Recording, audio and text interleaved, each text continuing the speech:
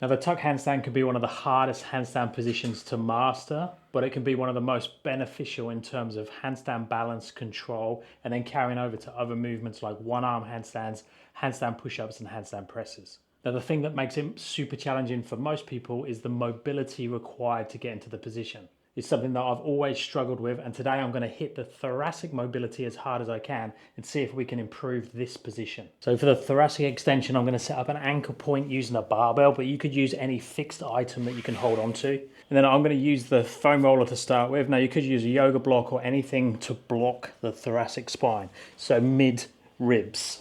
So middle of your upper back. I'm going to hold on to the barbell, and then I'm just going to take butt to the floor. But that's not too bad for me. I can bring the hands in line with the shoulders. It's a good stretch, but it's comfortable. Now, if to make that harder, I could extend the legs away from me, and I could try and pull into a posterior tilt. So if I arch the low back, it's easier because I'm dumping into my low back. Posterior tilt, tucks under. Now you can play around with head position. This one is normally easier when I'm looking away, harder when I'm looking at my hands. But looking at my hands is going to carry over more to my handstand position. But I'll just go into a neutral or natural position that feels okay for the neck. We want to be feeling this where the roller is. Then the other exercise I'm going to use is the chest to wall position. Now with the chest to wall position for the tuck, mobility wise, the hardest position is to have the knees at 90 degrees. So you need to find a position. It's a bit tricky to find it, but 90 degrees there. So the femur has the biggest impact on the position. And then I want to try and keep my shoulders comfortably-ish on top of my hands. Now I say ish because it should be challenging because your body wants to go this way to get out of the position, but comfortable enough so you can hold there for time. And I recommend we're going to be here for 20, 30 seconds in that position, trying to open up towards the wall as best we can. Now if that's easy, I can just start to take the hands towards the wall, but try and keep the arms dead straight at minimum and keep the shoulders on top of the hands. Again, get someone to check or check the video that you're there and not there or there. That's actually easier. We want to be there where the femur, so the upper leg, has the biggest impact on the position and it's most challenging. So like I said, with this one, we could use a yoga block for the thoracic extension, or a ball works really well, especially if it's a tough one. This is actually a medicine ball. So it's very strong compared to like a basketball, but a good pumped up basketball works just as well.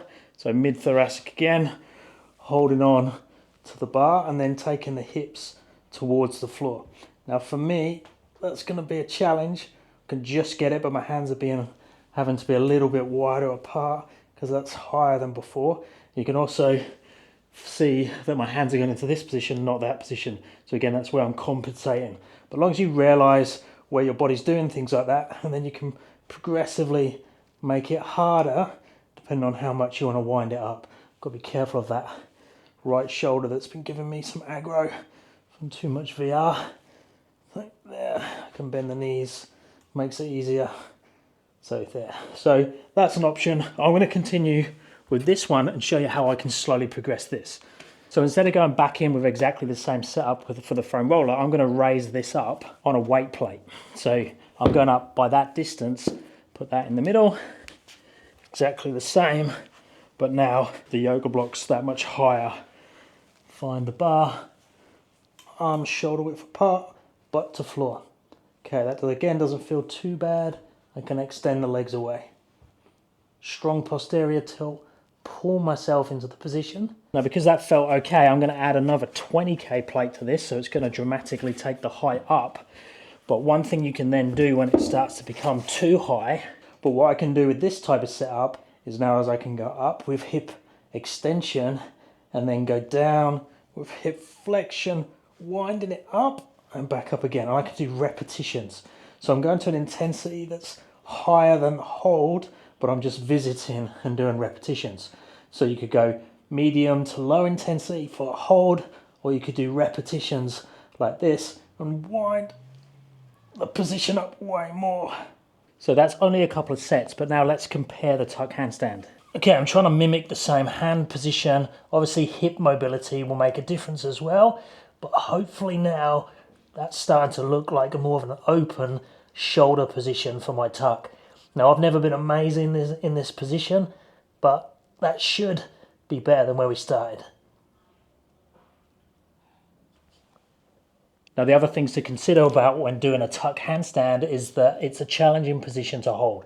So most people, when they do it, they'll bring their knees down this side of their body, so over here towards underbalance.